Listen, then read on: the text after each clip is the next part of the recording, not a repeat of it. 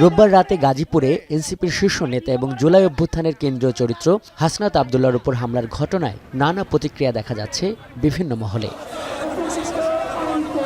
নবগঠিত দলটির পক্ষ থেকে তাৎক্ষণিক মিছিল প্রতিবাদ হয়েছে ঢাকা ও গাজীপুরে। আলোচনা উঠেছে জুলাই আন্দোলনের শীর্ষ নেতাদের নিরাপত্তা নিয়েও। এই আলোচনা আরও জোরালো হচ্ছে নিষিদ্ধ ঘোষিত ছাত্রলীগের বিভিন্ন স্তরের নেতাকর্মীদের হামলাকে সমর্থন, উল্লাস কিংবা স্বীকার করে দেয়া পোস্টকে কেন্দ্র করে।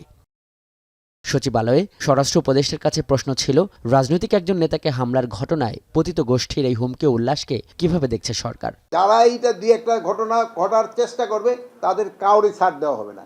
কালকে আপনারা জানেন যে 54 জন অলরেডি আমরা কিন্তু রাত্রেই কিন্তু তাদের ধরে ফেলছি। কারণ ভবিষ্যতে যদি কেউ করার চেষ্টা করে আমরা এই ঘটনা ঘটার আগেই যেন ধরতে পারি, এই ব্যবস্থা আমরা করব। বান্ডেল থাকলে প্রতি সেনমানিতে টাকা বাঁচবে।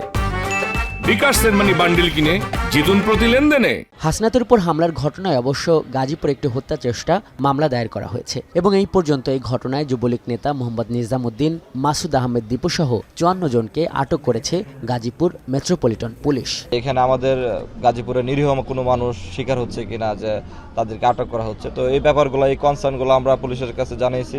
তদন্তের মাধ্যমে বিভিন্ন গোয়েন্দা সংস্থার মাধ্যমে যাদেরকে পেয়েছেন তাদের নামগুলো এখানে দিয়েছেন। এদিকে হাসনাতের উপর হামলার প্রতিবাদে সোমবারও বিক্ষোভ ও মশাল মিছিল হয়েছে দেশের বিভিন্ন জায়গায়। চট্টগ্রামে এই হামলার প্রতিবাদে মশাল মিছিল করেছে স্থানীয় বৈষম্য বিরোধী ছাত্র আন্দোলন ও জাতীয় নাগরিক পার্টির নেতারা।